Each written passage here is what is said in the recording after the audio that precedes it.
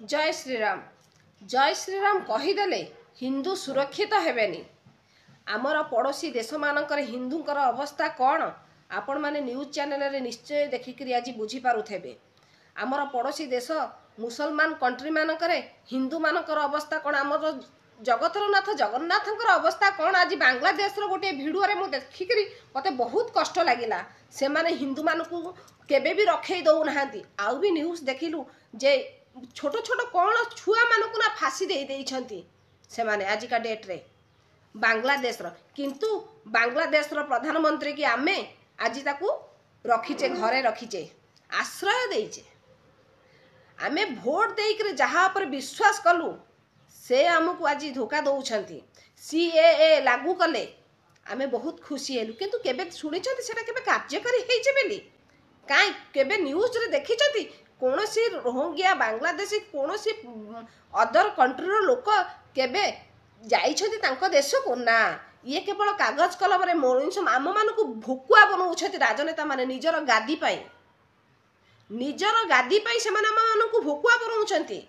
आजिका date रे Rohingya Bangladesh Paradip खरनासी Jammu जंगल जमी काटी तांकर बस्ती स्थापन कर दउछंती से माने।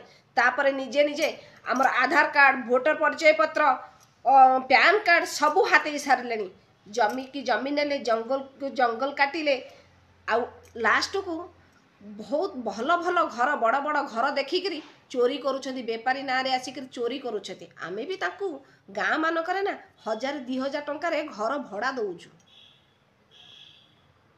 अरे जदि प्रशासन सजग न होउची ना, जन सचेतन हुआ।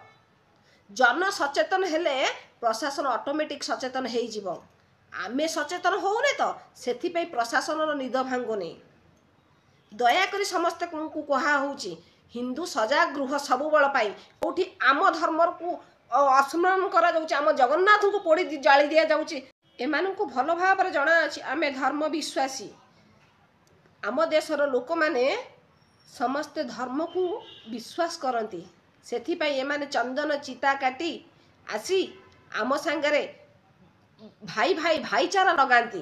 तापरे सुविधा सुजोग देखिकरी आम तंटी काटती। एमाने एमान को ऊपर केबे विश्वास करंतुनी। आपण जन सचेतन हुअंतु। प्रशासन केबे भी आमर हेल्प करि परिबनी। आमको रक्षा आमे निजे करिबा दरकार। जोठे देखुचंती रोहिंग्या बांग्लादेशी मानकु ना शीघ्र तुरंत से गाँव रु विदा करंतु।